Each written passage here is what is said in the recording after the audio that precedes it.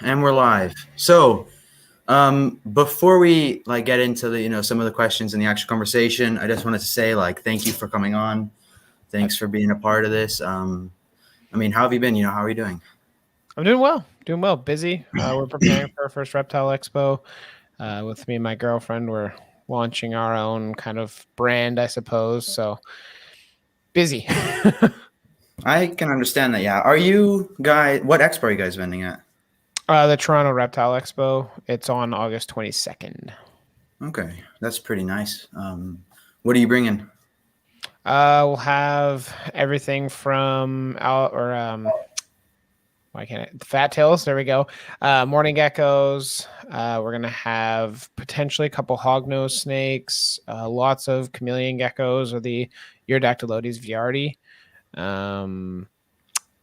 What else do we have? We'll have plants. We'll have some nice branches as well. So That's nice, man. Is it your first expo? I did one on my own back in Calgary, but it'll be the first one with my girlfriend and I doing it together. That's cool. That's cool. So I guess we can start off with the question. What was the first reptile you got? First reptile was a leopard gecko. I got when I was 8 years old. So long while ago. Right. What really got you into reptiles? I mean, was it that leopard gecko, or was it something before that that made you decide to get the leopard gecko? I feel like most people my age, and potentially your guys' age too. I don't know how old you are, but it was Steve Irwin, Jeff Corwin. Oh man, he was South African. I can't remember his name. Austin Stevens.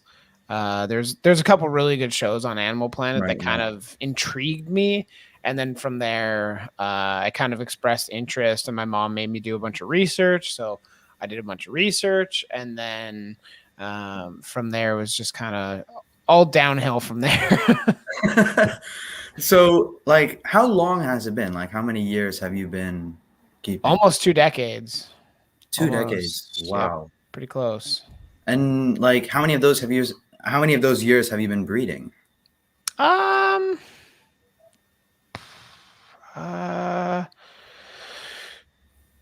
would have produced, I think when I was 13 or 14, I was producing Lygodactylus williamsi, which is a CITES 1 protected species, the neon blue awesome. day gecko. Yeah, they're fantastic. I was really heavily pushed to not do it because I was kind of new to the hobby, and I mean, I've been keeping for 6-7 years at that point.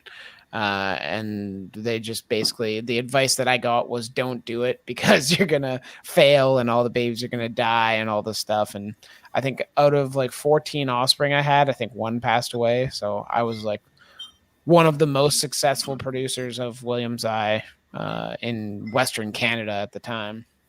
So wow, that's pretty cool, man. Sorry, I'm just posting this to my story and sharing it around. Cool. Yeah, it's they're unheard of, and breeding them, producing them at 13 to 14 is just insane. Yeah, it was weird and kind of unexpected, but it worked out. So yeah, those are such an awesome species. I worked with a few years back, maybe 3 years ago. Mm-hmm. And man, they were such awesome little lizards. I mean, really, really fast. Awesome. They are a hassle, but it's so worth it.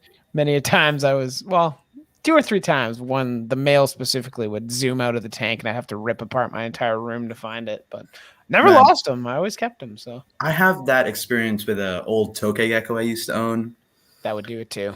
Oh man, I would have little heart attacks every time I opened the enclosure to feed it. It would just go up my walls, running around. But it was fun. It's one of those experiences where it's okay, your heart's going, but it's kind of fun. I don't want to say it's fun, but I want to say it's fun, It's it's the hindsight that's fun. In the moment, you're no, this is terrifying. I need to find them. But then after, you're that's kind of cool.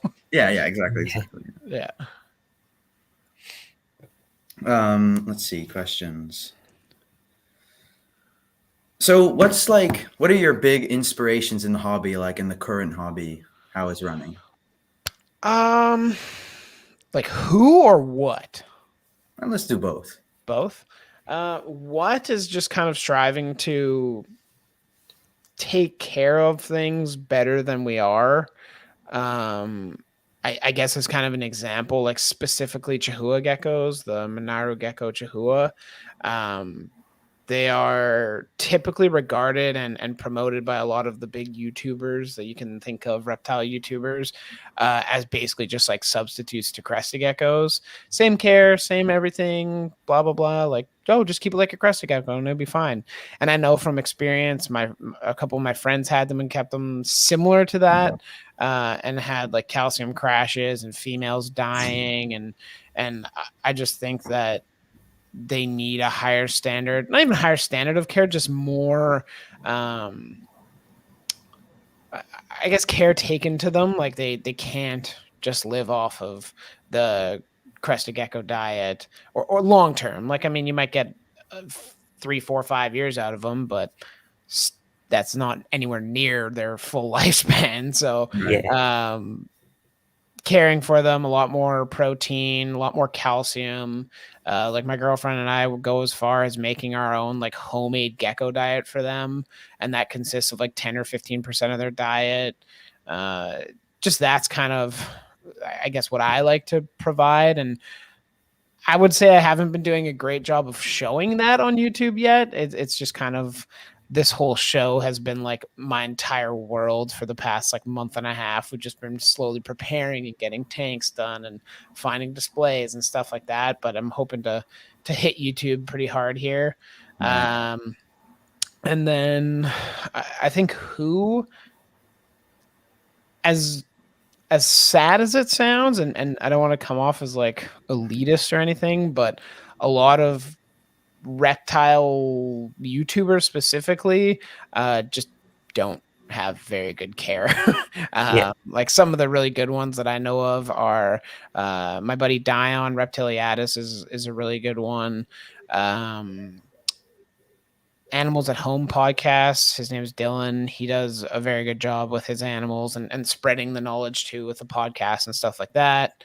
Those are kind of the top 2 that I typically watch off the top of my head that are like a regular of mine. Like when they post, I'm watching it right away kind of deal. So yeah.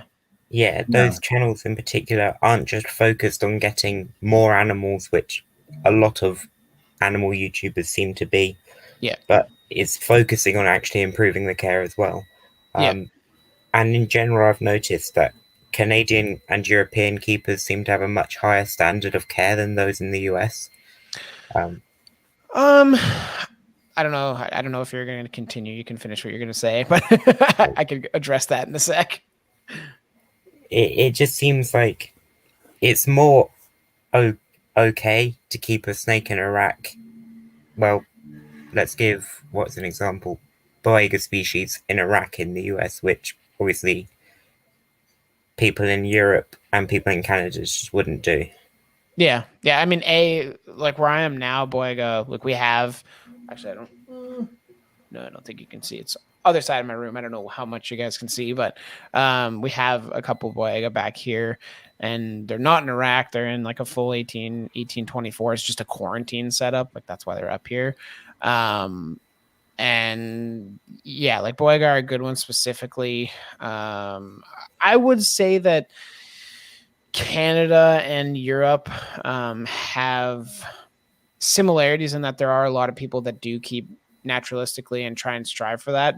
But I think there is also a lot of US influence in that it's okay to keep animals in just barren racks. And I'm not immune to it. Like my girlfriend and I have hog noses, we have fat tails, that kind of stuff. Like there's just not enough space for us to have everything in a display vivarium and stuff like that. So, but with that said, like their bins have springtails, they have a cleanup crew, they have some plastic plants, they have hides. Like it's not just a bin with an animal and a water dish. Right. Yeah, I think, like, I mean, I personally actually quite like racks. You know, I've used them a bunch in the past. Like, I think they are great for animals if you do them right. You know, I think a great example of like someone who does it right, who has like a really big following, is Snake Discovery. I think they do racks quite nicely, and I think, you know, they're a good kind of a good display on how it should be done, you know? Yeah, like a good baseline. Like that's where you start. Yeah, and I mean, kind of going back on what you said, like about like pretty much going the extra mile for your animals. Like I feel like as we grow, like as a hobby, like that's becoming a lot more popular. I feel like if you look back, like, you know, 7 years ago, I mean, back then during those times, like a lot of the things we know and like consider normal standards now were just like unheard of and seemed like weird and useless back then, you know? Like what would you consider a normal standard now that wasn't back then? Let's see. I think one of the big ones is like more common use of UVB. I don't know if it's up in Canada or like up in your place as well, or if you noticed this, but I remember when I was younger, and you know, I'd go into like my private pet stores or like my friend's place who kept a lot of reptiles or something like that. And like, you know, they have the heating and they have like the setups themselves, but you know, they don't have any like UVB on even things like bearded dragons, or I personally think like arboreal snakes really need UVB as they're up high in the canopy where the sun shines, you know? So I think that's probably the one that comes to the top of my head. Yeah, that's a good one. That's probably what I would have said too. I think UVB is coming a lot more popular, even for. I mean, working like I've been working in the pet industry, specifically in like pet stores and stuff like that, for well, basically since I turned legal to even volunteer. Like I was volunteering in it's called Petland, but it's basically like a PetSmart or a Petco. I volunteered there for 2 years. Then I worked there for 4, and then I moved on to it's called Pisces Pet Emporium. It's like, well, it's the second largest pet store in all of the world. It's like 35,000 square feet. It's massive. I do have a video on my channel if you're interested in seeing some of the stuff that's there. But yeah, at the end of the video, we'll link your channel in the comments, and people can go check it out. Sweet. Yeah, and that would be, I guess, kind of the like how I started, and even towards the end, I was mentioning like UVB for crested geckos and stuff, and it's hard working in a setting like that where you will recommend one thing, but your coworker will be like, "Oh no, you don't need that," and of course the person's just going to go for, "Oh well, it costs an extra $100 or whatever to provide this UVB that one person says I need and the other didn't care." So it's tough to get over that kind of stuff, but I do agree it is, for especially for hobbyists and things, it's becoming way more popular. Definitely, 100%.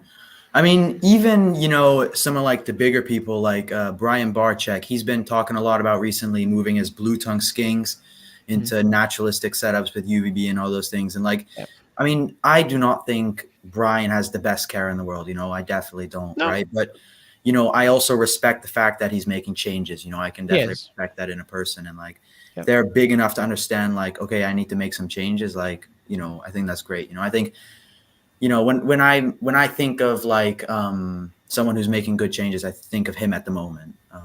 I mean, especially with the zoo and things like that. Like, I think Brian gets a lot of hate just for either silly little clips that appeared like 12 years ago. And sure, they filmed it at the time, but you got to think that the world was a much different place in terms of animals and their care and stuff like that. B, the things that get views are the things that are typically kind of stupid or chauvinistic or extravagant or whatever. Like, that's how people build their channels. And back then, especially. Now you can do it other ways as well, which is good. But he has done a lot of working towards switching to more appropriate care. And I mean, of course, everybody can pick holes in his care and how he handles or feeds things excessively and stuff like that. Like, at a certain point, it becomes a debate of, okay, well, what are we going to do? This is my livelihood versus like this animal's livelihood. Like, I mean, that's a debate for somebody else to argue. You Right. do whatever you feel is right, and at a certain point, if your livelihood relies on you getting views, then yeah, you're going to feed this snake more than it probably should. Unfortunately, that's not what I would do, but I also don't have like 3 million subscribers, so I guess that could be why. I definitely agree with that. I think like when it comes to like animals in specific, they can become such like a trendy thing, you know, and that's like one of the bummers I think of like reptile keeping and like posting it online is like, I mean, the amount of times I've seen animals become trends, you know. Like take white tree frogs at the moment, Litoria caerulea. Right. Everyone has one, and the care varies from individual to individual. Well, as it always does, but it's not just the actual care, but what they do with the animal whilst it's out and about, like just moving it too quickly, overhandling. It's an amphibian; it's not benefiting from any of this. Yeah, Right. And then axolotls as well, with them being added to Minecraft and stuff.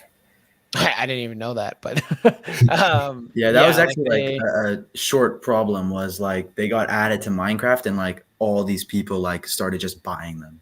Yeah, I mean, you have some of the bigger YouTubers out there keeping them, and that, like I have examples in my head of them just being idiots with them. I won't say them necessarily, but like water temperature being way too high or not actually properly testing it and saying, oh yeah, it's 70 degrees. Well, it's like, you sure about that? Like, pretty sure it's not.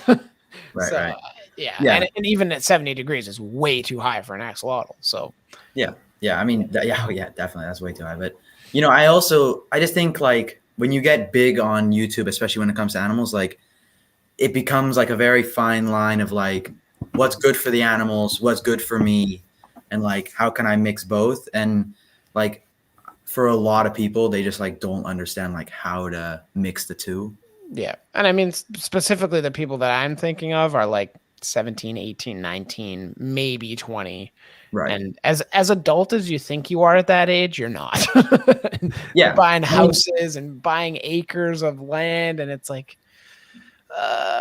okay. Yeah, I definitely have some people that come to mind when I think of that. I mean, you know, me and Ben, we're both still very young. I'm 15. Ben is also 15, you know? Oh, wow.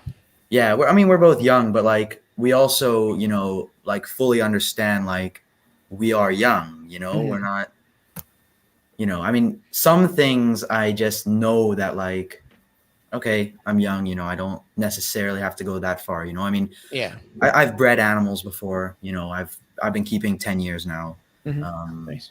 You know, I would say like I'm pretty knowledgeable. I have a lot of experience behind my back, you know, but I mean, compared to guys like I'm sure even you know, you have way more experience than me. And I personally am also one for like experience over research, you know?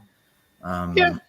I think like you could research as much as you want, but the second, you know, if you buy like, let's say a tokay gecko for your first animal, like nothing's going to prepare you for that, you know, speed, you know?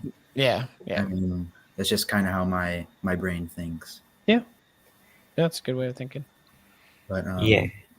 And then there's also just the added stigma with being younger. Like I've got an Amazon tree boa, Corallus hortulanus. He's a garden phase, and it's the most sweet snake I've ever owned. Like I've got ball pythons, hognoses, which are more defensive, and yet I would still get lynched, even though I've worked with this animal.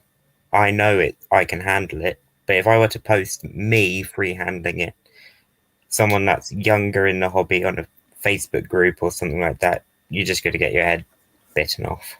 Yeah, and I think it's pretty common. The more experience you get, and you see it all the time, the more experience you have with, especially a certain species or even just an individual animal, and you're in those like the Amazon tree boa groups on Facebook or whatever, and you know your animal, you know what you're doing, you understand it, and somebody that's been keeping it for 2 weeks is like, no, you're doing it all wrong, and you're like, yeah, and you'd slowly pull away. I do it too. Like I'm a part of a whole bunch of groups, and like my girlfriend is more kind of attuned to it than I am.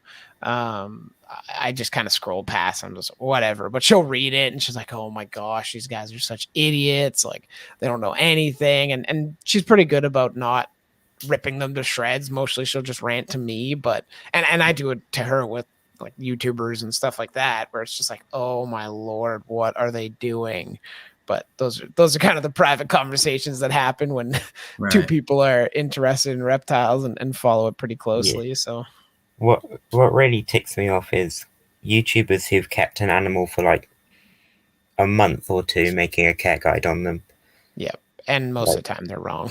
Yeah, I'm sure I'm not immune to that. Like when I say that, I'm sure I know I've made some like silly errors, or I like one of the most popular videos on my channel is handling your chameleons, and like that was 10 years ago. Like I need to make a new one that says, "Hey, don't." Like, yeah, end of story. Just stop. Like, Right. this is not a pet that you need to be engaging with and I guess holding all the time. Like if you want to bring it outside or whatever, sure, go for it. But beyond that, like just leave it alone. It's not a beardy, it's not a leopard gecko, it's not that kind of deal. Definitely. And you know, another thing that like has popped into my mind about this is like a lot of those people who, you know, make those comments on Facebook posts and really lynch people instead of, you know, educating or something similar to that. Like 9 out of 10 times I'm willing to bet that oh my god, I just lost my whole thought. yeah. You're on such a good rant. It was good. I know it was a good one. Ben, you go. Oh, wait, I gotta think. They've done a 5-minute Google into the animal and they've read, "Oh, it's defensive. I should probably go and bite this person's head off." Yeah, exactly. Frustrating. Oh man, this is frustrating. It's like I personally don't believe in free-handling venomous snakes, but I wouldn't go and bite someone's head off for it because I don't have much experience with hot snakes. Exactly. I'm the same way. I'm like, you probably shouldn't do that, but I understand that people are practiced and they can read the animals a lot better than I can. So, like, who am I to tell them to stop? Do I think it's good to popularize it and put it out into the media and stuff? No, I don't think so. And I don't think there's any. I mean, I'm sure there's a few valid arguments against that, but for the most part, I think just why? Like, you can do it, sure, but I mean, that's what gets you views because people are like, "Whoa, that's a king cobra! He's holding it!" Like, wow, that's crazy. But at the end of the day, it's like, yeah, but then like PETA and all these like animal protection agencies and stuff are all that's their fuel. Like idiots like that take their animals and maybe they get bit. And then it's, "Oh, told you, like, got you, sucker." There's also a difference between free handling your own king cobra, which you've had years of experience with, rather than going to some guy's place in the middle of nowhere in Florida and holding a king cobra that you have little to no experience with that's in shed whilst everyone else is preoccupied cleaning the enclosure. Very, very specific. I'm trying my hardest not to mention names, but but yeah, it's just, especially with snakes that you're not familiar with, don't free handle them. Yeah, I mean, I remember what I was gonna say, and it's about the fact that like a lot of those people commenting on like those posts, like they're really quick to just like snap at you. Like they don't understand that people make mistakes and that like humans make mistakes. And, you know, I've made so many mistakes in my time, you know, like, and it's not even that big of a time, you know, but I've made a lot of mistakes, you know, and, you know, when someone owns up to those mistakes and like admits, yeah, I've made mistakes, you know, like those are the people I really have respect for because they understand what they've done. They admit it and they've made changes, you know, like that's, and a lot of those people commenting, they just don't understand that. Yeah. I mean, I've been guilty of kind of freaking out at people before. I can think of one specific example that kind of blew up on me, but it was like just blatantly wrong information and she had no idea what she was talking about. And I didn't like yell at her or call her stupid or anything like that, but I'm a very blunt person and I wrote it as I would have said it. I was like, "Hey, this is not good information. This is what is actually real," you know, and then you get crapped on for not DMing them personally and all this stuff. And it's like, okay, cool. Like, I get the whole DMing. I got to go let the dog. One sec. Remind me where I was. The dog's banging at the door. That reminds me of the Scolopendra robusta situation. Oh, for sure. Like, I have to bring it up. Relax. Yeah, that's a weird one. Yeah. There's said dog.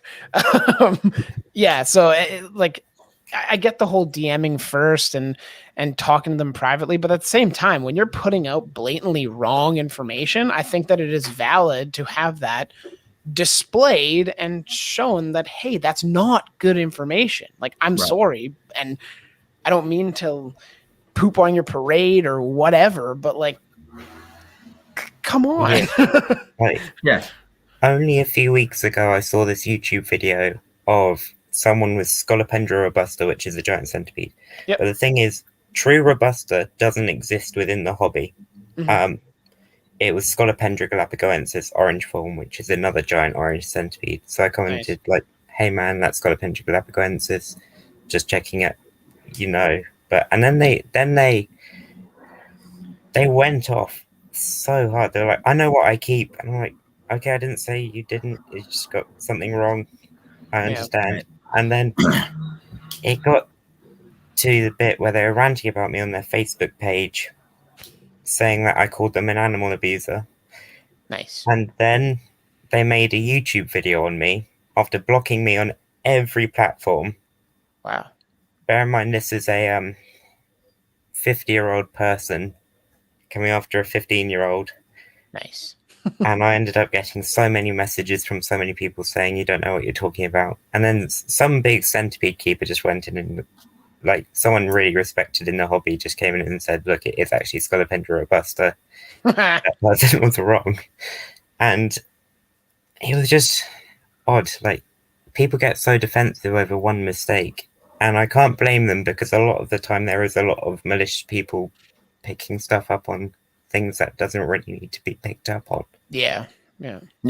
I remember this situation. I was like helping Ben about it. And I mean, he was getting like death threats. Like, people were like messaging him saying like really nasty stuff. And I remember even like the comment like he laid on the YouTube video, like he didn't even just say like, "Hey man, you got the species wrong." He was like, "For future reference, it's actually this species. They're from South America. You know, they're, you know," he was like really nice about it. It was an insane situation. I mean, it was really crazy. Yeah, that's crazy. I love when people do that. Like, if you can, if I know something to be true in my head and somebody says otherwise, and they can actually show me or like not even prove it, but like put evidence towards their thought, go for it. Like, I love science. I'm very scientifically minded. If you can show me or kind of, you know, put the money where your mouth is kind of deal, then absolutely. Like, I am more than willing to change and accept that. And if you're writing that in a comment, great. Like, cool. Then that's new information that I take in. I appreciate it. Like, thank you for, especially if it's written well, like it sounded like you wrote it. Like, it wasn't just, "Hey, you're an idiot. It's this." It's like, "Hey, you know, I just wanted to let you know that maybe this is wrong or that's wrong, you know, blah, blah, blah, blah, blah." Then cool. Like, that's what the hobby needs, is more people with open minds, rather than just they're kind of the like, "This is my throne" mentality of like, "Nope, you're wrong." Block you, you know, send people to give you death threats, all this crazy stuff. I've never had that happen, which is, I guess, good, I suppose, considering how long I've been in the hobby. But yeah, I know it could be kind of crazy. Yeah, I mean, I've also like, I've never experienced anything of that magnitude. I mean, it was really insane. You know, it's kind of like, it really like opened my eyes to like that side of this hobby, which I've never been a part of. Like, I mean, even for the longest time, like 7 years, I had nothing to do with the hobby. You know, I didn't know there was an online hobby. I knew there barely anyone who kept animals. You know, I maybe knew like 3 or 4 people. Yeah.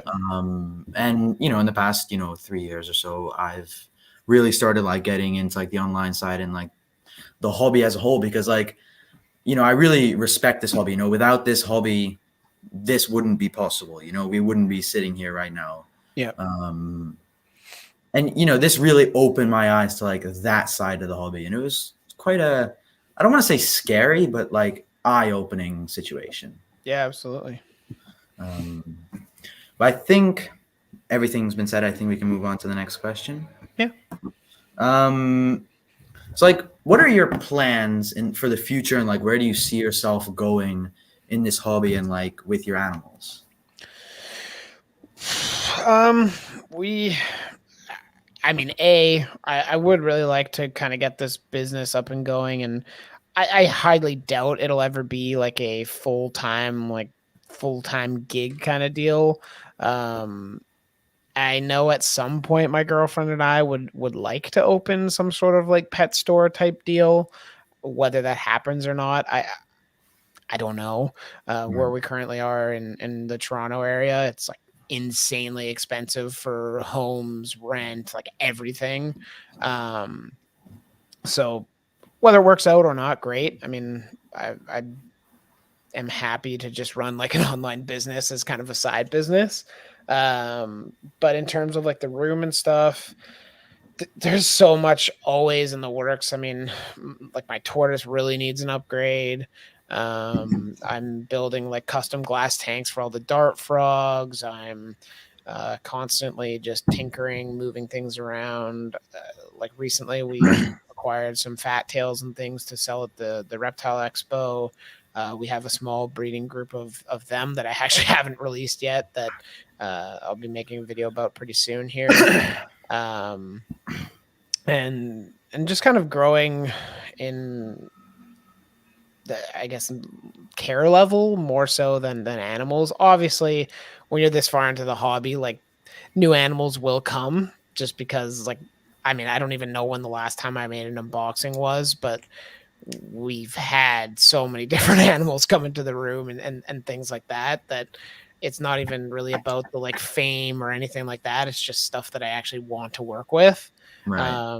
Like the Emerald Dragon project, I called it, with the Tachydramus maragdinus. They're a very rare species here in Canada and in most of North America.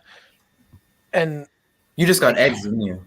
Yeah, I did. Yep. That's awesome. Just a couple of days ago, we just found some good eggs finally. I know there's more in there. Whether they're good or not, I'm not sure. But they just dug like under a root mass to to lay these, so it's finding them with 3 of them zipping around the tank is just crazy. Beyond that, though, that's kind of it. I mean, I hope in the next, at most, like 5 years to have our own place and have our own house that's kind of our own, and we can make it as reptile filled or not as we can, just with time and things like that. Right. We're kind of inheriting, like my friend's giving me a really good deal on a reef tank, so debating whether I bring that into the YouTube scene or not. I feel like I should, but at the same time, it's kind of like maybe I just want to side hobby or just kind of something to tinker with on the side rather than be like, oh, well, now I have to make a video about it. Yeah. So I like fish. Yeah. I've always been like intimidated by keeping them because it just seems like water HP and all that. It seemed like such nonsense to me. I can't understand any of that stuff. So I've just stuck with invertebrates and reptiles. Nice. Yeah. It's so weird because like fish keepers are so intimidated by actual reptile keeping as well. Like with temps and ultraviolet and stuff like that. It's like you don't realize how hard fish keeping actually is. Reptile keeping is generally speaking a walk in the park compared to owning a tank. Yeah, I mean, it depends. I'd say that, I mean, like I've been, whether it's just at work or at home, I've been keeping fish for almost as long as I've been keeping reptiles, and it's like once you get the basics down, it's like reptiles. Like, on your first reptile, you're freaking out because you don't know how to measure temperature. You don't know this, you don't know that. Like, there's so much stuff you don't know. But then as you like where I'm at now, it's like, oh, that's a montane species from X place. You're like, okay, well then it probably likes cooler temperatures, higher humidity, this, that, and the other thing. You can kind of put the pieces together, and it's similar with fish tanks. I mean, fish, it's basically most species of fish can live within like 5 to 7 degrees variation, and water chemistry is pretty easy to maintain, especially in just a freshwater. Like it's I would say it's easier than reptile keeping once you kind of get the basics down and the tank setup. Like just having the proper tank setup is great, and then it's basically just like a weekly water change and you're good to go. Feed your fish every day or every other day and you're good. It just, oh man, I don't know what about it. I think it's the, like the stuff that you can't see. Like with reptiles, like everything's pretty visual, at least like to me. Like, I can put my hand, okay, this is way too hot, and then I'll check it with my temp gun, or, everything's pretty visually there. Yeah. But with fish, there just seems to be like so much that's not visible that you might miss, and then everything could just crash. Yeah. Yeah, it can definitely happen. I mean, that's what scares me about that. But do you keep invertebrates as well, or are you just reptiles? Do we have any? No, we don't. No? I used to have some tarantulas back in Calgary, but I don't know. In my opinion, they're kind of boring, and I was in a place where it was like I had to kind of hide them from my parents, and then they found out about them, and then it was just like they accepted them after I basically was like, yeah, I open the tub, I throw a cricket in, and that's it. And they're like, oh, it's like not having anything. I'm like, pretty much, yep. It's basically just a hole with a tarantula in it. And yeah, I know that's not like people in the hobby. I understand that's not what it's like, but to me, just compared to reptiles and things, like it's super easy. You can have a ton of them, but they're not quite as personable or as interactive as something like a reptile would be. So for me, it's just like, well, I have limited space. It's not like I'm dedicating half my room to this. Like I can either keep this or that, and I'm always going to choose reptiles. Yeah. I mean, I think I'll choose reptiles over invertebrates. I definitely have kept more invertebrates than reptiles. Mm-hmm. I'm personally not a fan of tarantulas because I also think tarantulas are boring. Mm-hmm. But I'm really into centipedes and, the large scolopendra. Nice. I've bred or paired up one species, Scolopendra dahani. Mm-hmm. I paired those up, had a successful pairing. It actually took so many tries to get those to pair up. Mm-hmm. Man, it took like 4 tries, which doesn't sound like a lot, but it was like really pain in the ass because like I have to sit there for like hours just like watching them. Yeah. Yeah, compared to like something like spiders, which will pair generally the first try, they're pretty difficult. Yeah, it was quite a challenging thing, and also sexing centipedes is like really difficult. Yeah, you have to knock them out. Yeah, you have to make them unconscious. Oh, and then you have to like push down to have their genitals. It's like popping a snake, but you can't pop it like a snake. Venomous invertebrate. Exactly. Yeah, and I mean that was one thing that like. I mean, I kept centipedes for like 6 years now. Oh, wow. And that was like one of the things when I first started that like I knew they were venomous, but like, I didn't know they were like, some of them were like that venomous, like really, really bad. Yep. So like, even when I was just starting out with centipedes, like I would just like hold them and stuff. Yeah. And, the species I held back then, like Scolopendra polymorpha, like the California species and stuff down there, like, I mean, those aren't very venomous. I've been probably bitten like over 100 times by that species, and it's like nothing, Yeah. But because of that, I kind of carried that mentality over to Europe, where I now live, where I'm like, with Scolopendra dahani, like a super toxic species, Asian species, venom that has actually killed people before.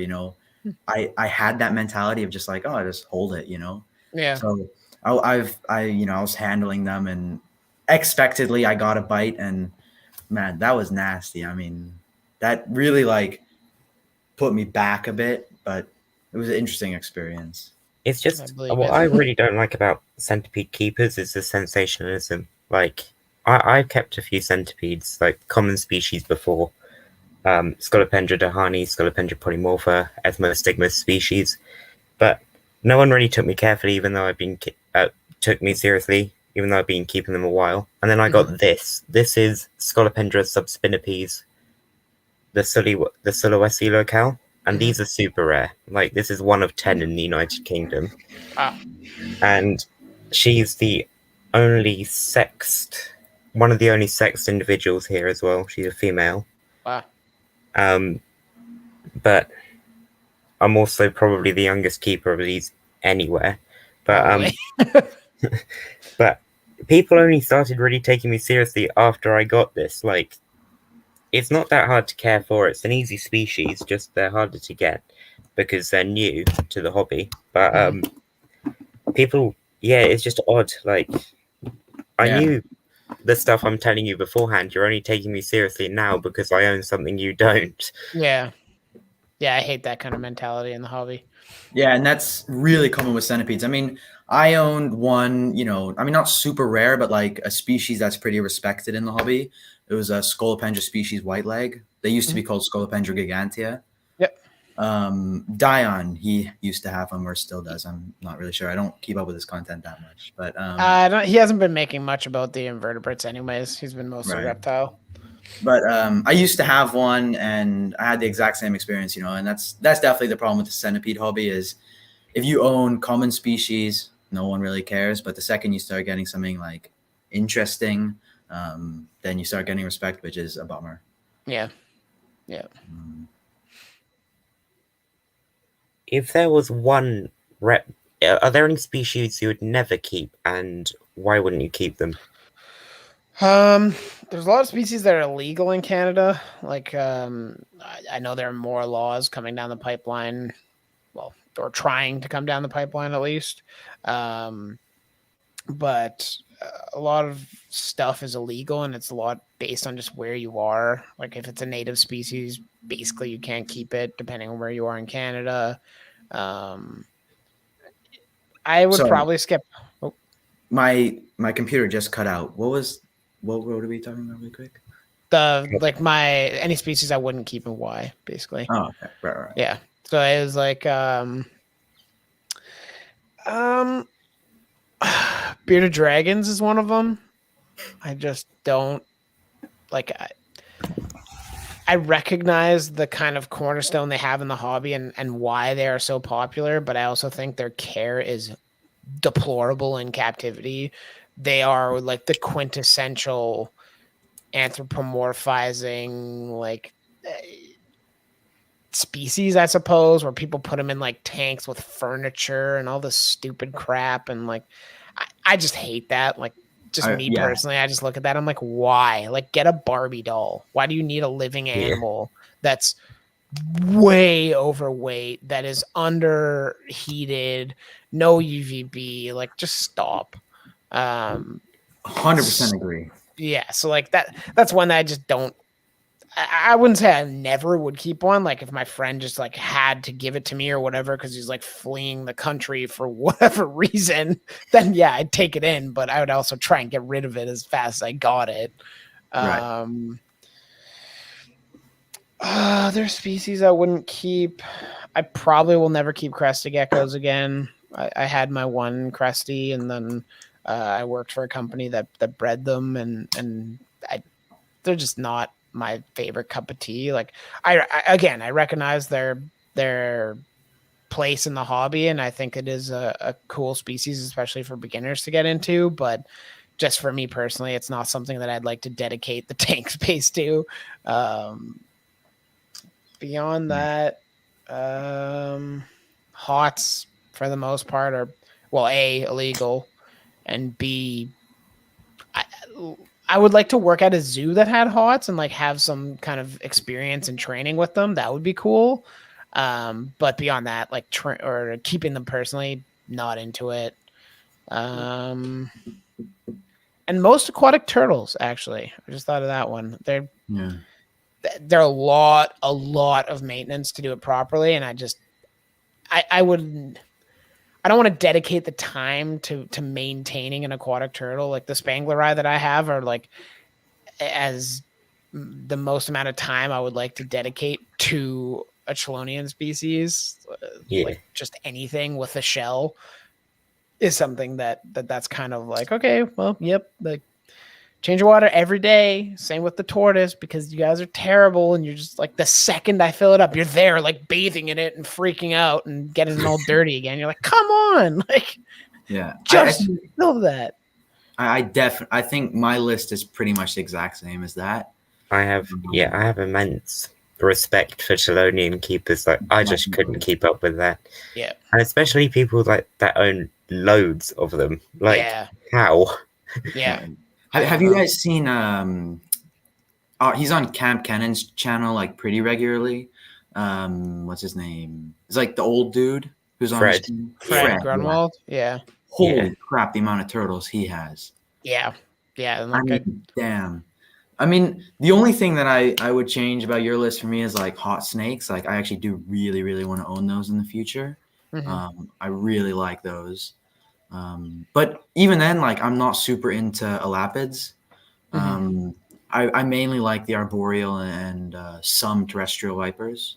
Yep, same. That's what I would have said. I'd like, if I was to keep one and like I could keep one, I'd probably have like an eyelash viper or some of the Malaysian pit vipers and stuff like that. But obviously, when you go down that rabbit hole, then you're getting into like, well, you get bit, you're kind of dead. So yeah. I also think like once you strip the color away, they're actually pretty ugly snakes. Like my personal niche in snakes is arboreal boas and pythons at the moment. Like, they're actually good looking snakes. Like the python and boa build, you just can't get any better for me. Like, what do you, besides the Amazon, what do you have or want to have? Well, I have the Amazon at the moment, and then I'm looking into getting into chondros this year. Ideally, in the future, it'd be something like Sanzinia, Coryllis caninus, stuff like that. Nice. Typical. Yeah, for me, like with non-venomous snakes, it's pretty much the exact same as Ben. Like, I'm really into the arboreal stuff. At the moment, I actually don't have any animals except my dog because I'm moving back to the US, so I've had to move everything on. Oh wow! Where are you guys? Obviously, I'm in the Netherlands right now. Oh, you're in the Netherlands. Okay. Yeah, but we're moving to Massachusetts. Wow, it's quite the move. Quite the move, yeah. But we used to live in America. We've lived here for like 3 years. Okay. And now we're moving back. I assume you're moving for like your parents' work or something like that. My dad works, but he can work anywhere. It's mainly just like family. We have a lot of family in the US. But yeah, for me, I mean, when I get back to the US and I'm gonna, start up my collection again, I plan to start with probably Morelia spilota or breadlie or something in that complex. Nice. Yeah. I'm really interested in breeding those. I've kept a spilota in the past. I think they're awesome snakes. They're cool. Yeah, I mean, obviously, like Sanzinia and Caninus and Betisai and stuff like that. I mean, that's obviously like the dream, but I don't really have like 10 grand to spend on a single snake right now. Not yet. not yet. I mean, let's hope, when I start breeding, maybe I can get some, but we'll see. Yeah. They're odd, really odd snakes. Like, depending on who you talk to, they're either handleable or they want to bite your face off. Which? Like, or just in general? In general, arboreals, yeah. I think they're too heavily stigmatized by people that bought in imports, and definitely.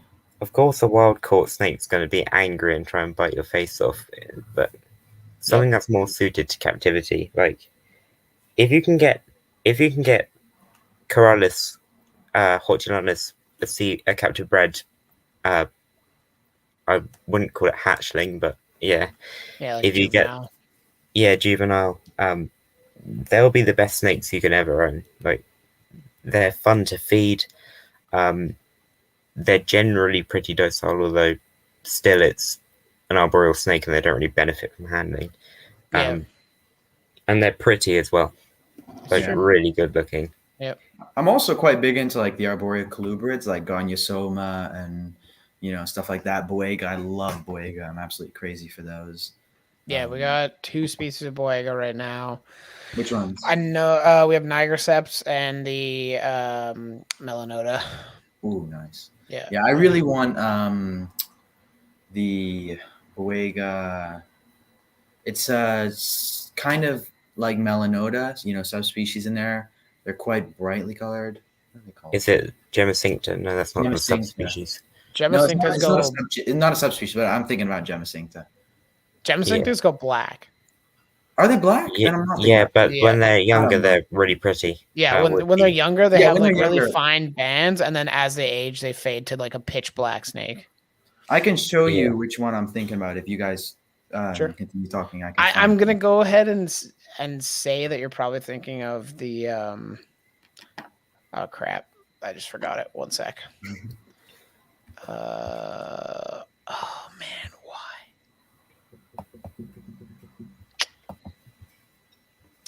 Not coming to me. Yeah, it's one of those ones. Here we go. Diversions. That's what I was gonna say. That's the one I'm thinking of. Those are.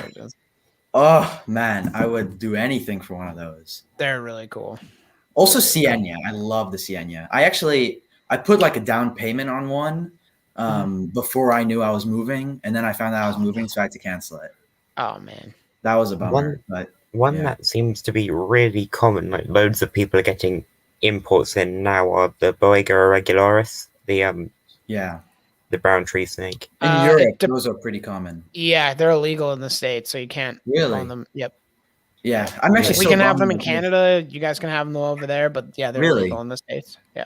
Because they're invasive in Guam, and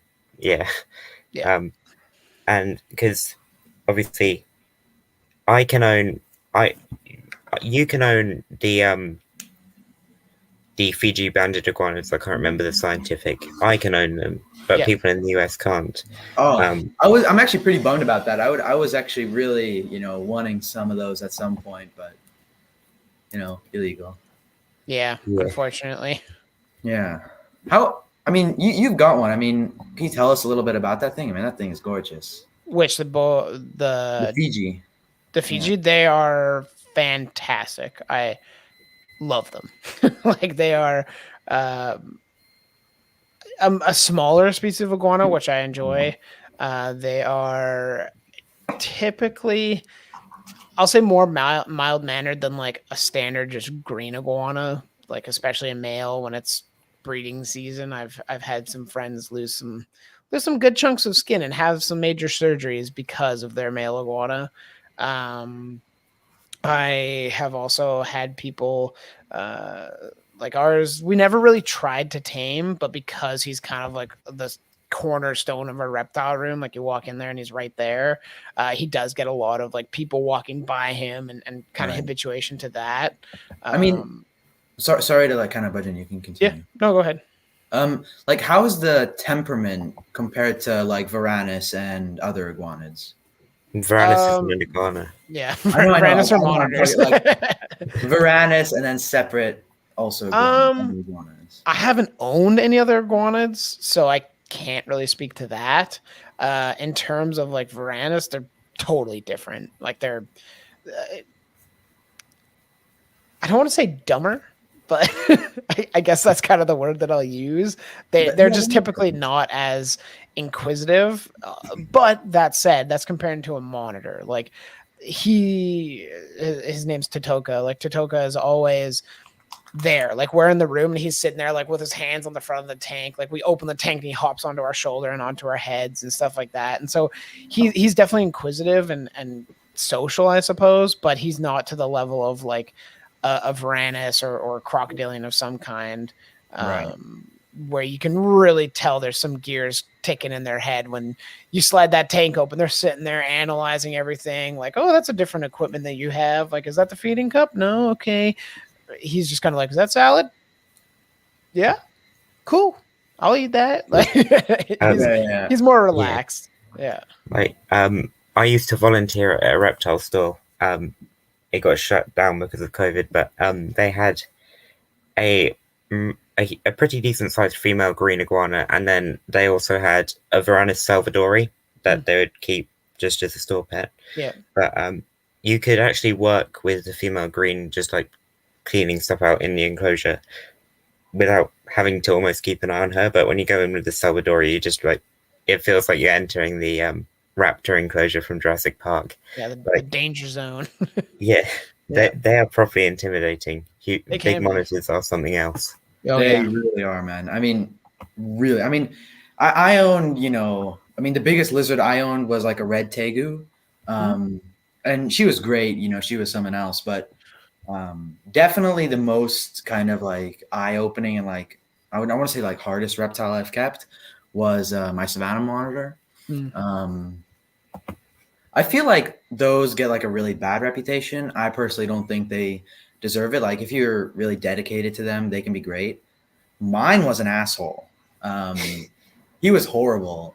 I still loved him, and I would still like just suffer through the pain and take him out and like try and work with him, Yeah. But he really did his own thing. Loved food. I mean, when it came to food, he would go on my shoulders and eat from me, Yeah. But other than that, I named him Satan because Nice. he Good really start. liked tail whipping. Yeah. I mean, I think Savannahs are another one of those chronically not cared for properly species 100%.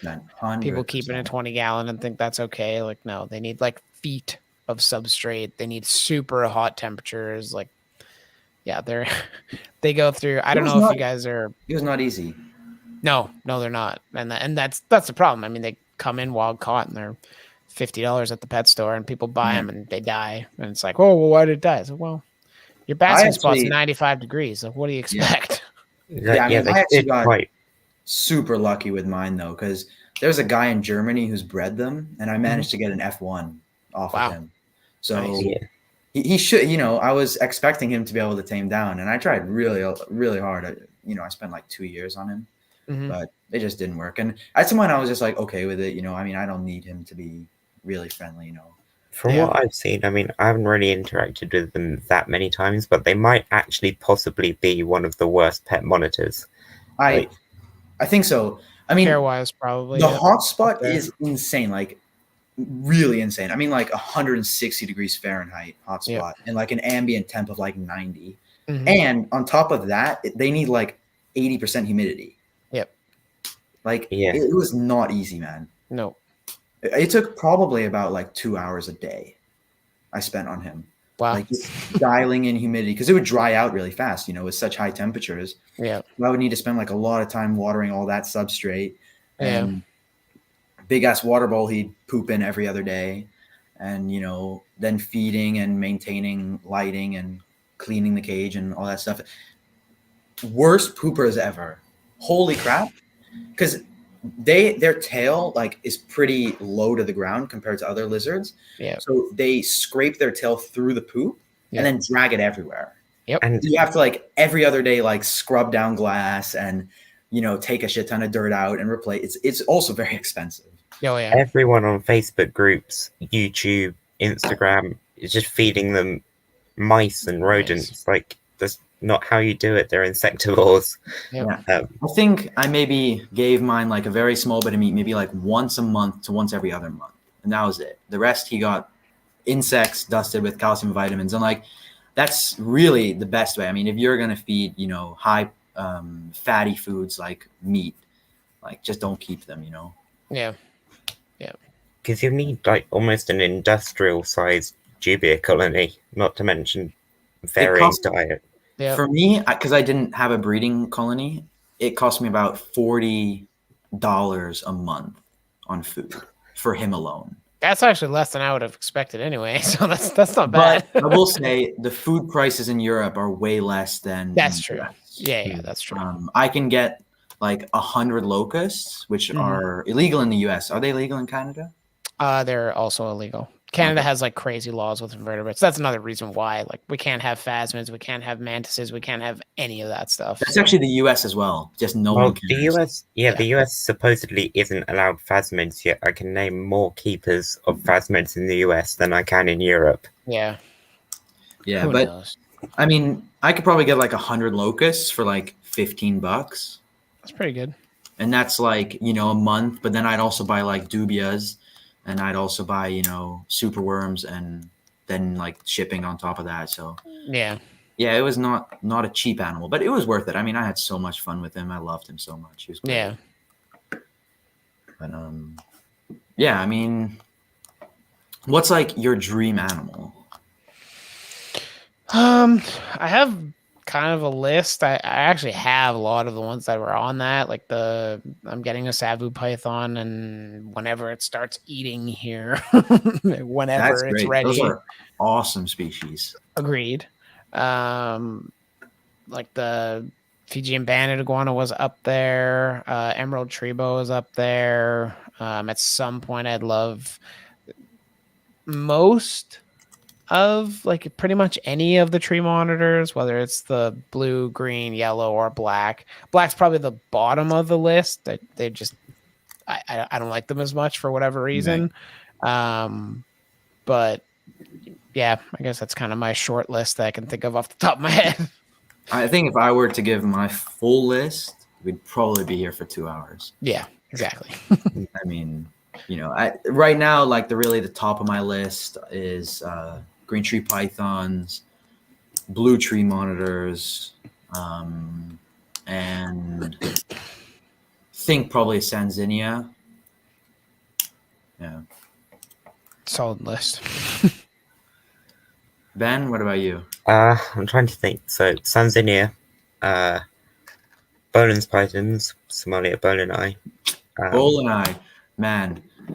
There was one available recently. I can't remember how much it was. 3,000, I remember it. Northerns, emerald tree boas, manic quarry, green tree, Boega, Dendrophilia, any of the subspecies.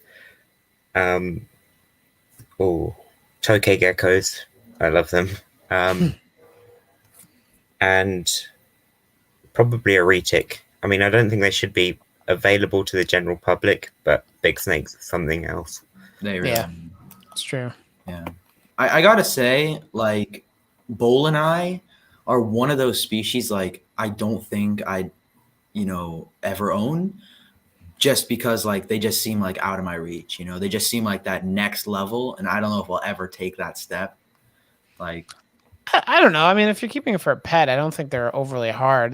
They've obviously proven to be really hard to breed, but it seems like they also need a shit ton of space, like yeah, unreasonably amount of space. Yeah, exactly. I mean, it depends how much space you have, obviously, to dedicate to them. But I mean, it's the same thing as like a retic or whatever. Like, I would love just a pure super dwarf retic, as pure as I can get it, because I would love a retic that acts like a retic because they are super cool and super smart, but stays like a corn snake. Like, that is fine with me. Yeah. And then you don't have to dedicate an entire room to one. You can have like a 4x3x4 or something like that, some reasonable size that gives them enough space to kind of truck around, but not something so crazy that. Yeah, I think the only seller that I know of currently that I'd actually trust to buy like a high quality super dwarf from would be like Reach Out Reptiles. Yeah, I mean, I don't know anyone else who I'd trust enough to like be like, yeah, this is a pure dwarf, not a mainland. I have one other buddy in the States that he's kind of just like, he's not like Garrett or anything where he has a YouTube channel or anything. He's more kind of, I don't want to say underground because he's not, but he's reputable and he has super dwarfs. So yeah. Something that seems to be becoming more and more popular here, at least, are dwarf burms. But they're really pretty little snakes as well. I have never seen those in North America. Me neither. I mean, I just found out about them like pretty recently. Yep. Yeah. And it's not like they're a morph, they're their own thing as well. They're a subspecies. Yeah. So you aren't going to really get scammed by someone selling you a dwarf burm that's actually going to be A full berm. a normal berm. Yeah. They look pretty different, don't they? Like they're like visually. There are some visual differences. Like the head, right? The head looks different. Yeah, kind of. But yeah, they're becoming more and more popular here, which I think is actually a very good thing because they're great little snakes. I agree. They are amazing, and I would love to own one. But what's their max size? Like, is it like a dwarf 6 where foot? it's like, oh, it's only 10 foot, or is it like? Oh, it's 5-6 feet, Oh, so that's pretty good. really manageable. Yeah. Yeah, that's not bad. No, they're reasonable, and they look amazing. I mean, they are gorgeous. Mm-hmm. Brims are cool snakes, but yeah, They just, are. I would love monster a, snakes are not for me. I would really, really love a African rock python. Oh no, you won't. No, you won't. No, I do, but I will never own one, and like I do not feel like taking a bite from that, and that's why I will never own one. Nope. But I just think they are gorgeous. They are gorgeous snakes, but another snake I think that just shouldn't be allowed to be available to the general public either. I agree, yeah, but Agreed. I mean, you also don't see African rocks very often for sale. No, I mean, I'm not don't looking know for about, them, like, so the I don't know. UK. But UK is weird with their hobby, man. Like they have a completely different hobby from the other world. Like they are like really separate. I mean, there was a bowl and eye in the UK for 3,000. I mean, 3,000. Like, is that Canada prices as well? Last time I think they're offered here, I think babies were 45. Dude, in the States, I mean, Maybe I've 5. seen like a few people sell them in the States. Cheapest I seen them was 85. And Oof. the average price for Corallus caninus here for a captive bred one would be around £800, so really affordable. Yeah, and That's then like $1,000. it's probably like closer to like 1,100, 1,200, but yeah. Really? and then a CB15 male Corallus beta was 3,000. Oh wow, that's pretty Really solid. cheap. Actually, UK that's similar to Canadian prices. Like, Man, I wonder how Canadian prices are so much cheaper than US. Like you look on Morph Market for like some like true captive bred Betisai or Canada's, like they're running like 8,000, 9,000, some 10. It's because originally it's a lot harder to actually get imports into the US as well. Yeah, like That's everything true. here, at least in the UK, is done pretty much illegally. Like with everything. Yay! That's also with the Netherlands though, because we're right next to Germany. Yeah. And Germany's like illegal import central. Yeah. And because you guys can literally own most things apart from big snakes. Like you can go out and buy venomous things that'll probably kill you if you get bitten from a pet. Yeah, I mean, I've owned some Buthids. I mean, that's like the most venomous thing I've owned. Mhm. I owned Larius conquestriatus and Parabuthus transvalicus. Yeah, because those things are all heavily regulated here. And I also owned Hottentotta. Yeah. Nice. It's weird because I can't own those scorpions, but I can own centipedes, which are just as venomous. I mean, those centipedes aren't as venomous as like Parabuthus. Yeah, some of the scorpions regulated here, like Centroides vittatus, really aren't that bad. That's ridiculous, in my opinion, at least. Like, you know, and then they have things like Sicarius thomasoides that are like not on it. Yeah, and their venom will actually kill you. Yeah, there's no doubt about it. There's no anti-venom in the UK. You will just die, and you can own them without a license. Yeah, it's weird, but I definitely think that the DWA license in the UK needs to be updated. It's outdated. It needs to be updated. Things need to be added, and things need to be taken off. Yeah, 100%. But I think some permits are good in a way. It stops people from owning certain people from owning certain animals.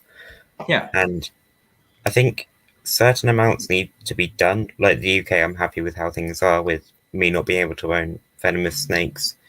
Yeah, but I don't think it should be permitted to the point where you can't own exotics like you could in Hawaii or as free to the point where you can go out and buy something that can kill you from a pet store. Yeah. I mean, Yeah. you want to talk about a really ridiculous place? Maine? Maine is insane. Like, Yeah. really insane. Like, there is 3 species of tarantula that is legal. No snakes. Pretty much no lizards. Like, it is nuts. And Yeah, 'cause- Hawaii is even worse. Like, Yeah. all snakes are legal.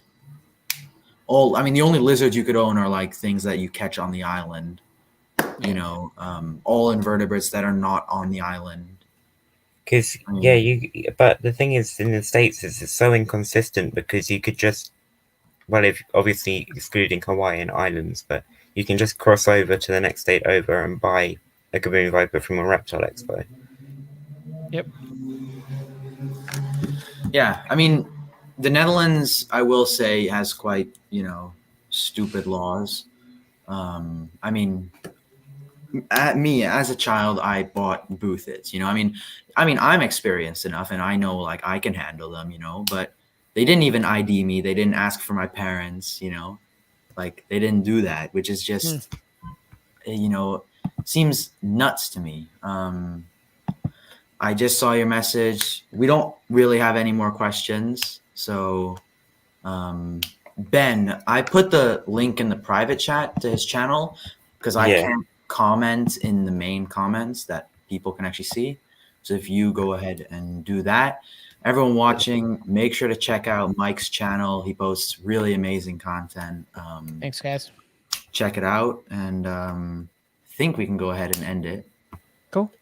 Right on. Thanks for having me on, and pleasure No chatting problem, with you guys. Thanks for coming on. Yeah, no problem. All right.